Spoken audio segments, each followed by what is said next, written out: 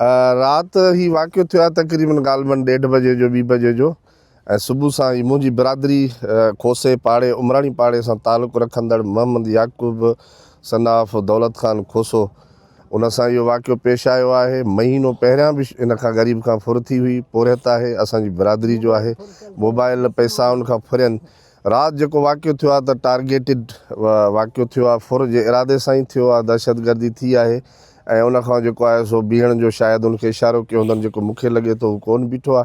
पुठियां उनखे गोली हिकिड़ी लॻियल आहे कलाशन जी। पुलिस जे बकौल जाइ वारदात ते असांखे खोल ॾेखारिया अथऊं त उहा लॻियल गोली उनजो खोल कलाशन जो मिलियो आहे। ऐं जेको बेल्ट सां कलाशन सां बेल्ट ॿधंदा आहिनि उनजी बि का उते निशानदही मिली आहे। उन खां पोइ जेको आहे उन्हनि खे कंहिं उतां वरी जाइ वारदात तां पेरा लॻा आहिनि, मोटरसाइकिल का खणण आई आहे। जेको अॼु पेरा हिते लॻा आहिनि सिमशाख जे भर में असांजा पाड़ेसरी आहिनि, लखण बिरादरी सां तालुक़ु रखंदड़ माण्हू। असां चऊं था त SSP सखर खां मुतालबो कयूं था, DIG सखर खां मुतालबो कयूं था त भली ख़ुदा सखर ते रहम कयो।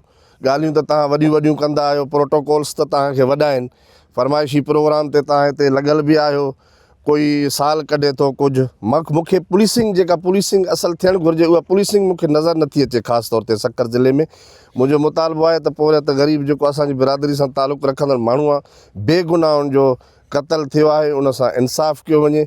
मूं पंहिंजी बिरादरी खे झलियो आहे त हू कानून हथ में न खणनि। असां पुलिस खे छूट ॾिनी आहे त उहो मुकमल पंहिंजी इन्वेस्टिगेशन कनि।